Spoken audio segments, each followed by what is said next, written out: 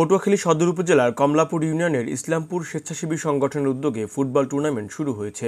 শুক্রবার টুর্নামেন্টের উদ্বোধনী খেলায় জয় পেয়েছেন যুমানাট স্পোর্টিং একাডেমি। কমলাপুর ইউনিয়নের মুন্তাকা নাওয়াল মানহা টেকনিক্যাল ইনস্টিটিউট মাঠে অনুষ্ঠিত খেলায় জৈনকাঠি স্পোর্টিং ক্লাবকে ৩-১ গোলে হারিয়ে যুমানা স্পোর্টিং ক্লাব একাডেমি জয়লাভ করে। এর আগে বিকেলে জাতীয় পতাকা উত্তোলন ও পায়রা উড়িয়ে টুর্নামেন্টের উদ্বোধন করেন কমলাপুর ইউনিয়ন পরিষদের চেয়ারম্যান আব্দুস সালাম মৃধা। এ সময় বিশেষ অতিথি হিসেবে উপস্থিত ছিলেন বীর মুক্তিযোদ্ধা একেএম ইয়াকুব আলী ও বীর মুক্তিযোদ্ধা আবুল কাশেম মুসল্লি।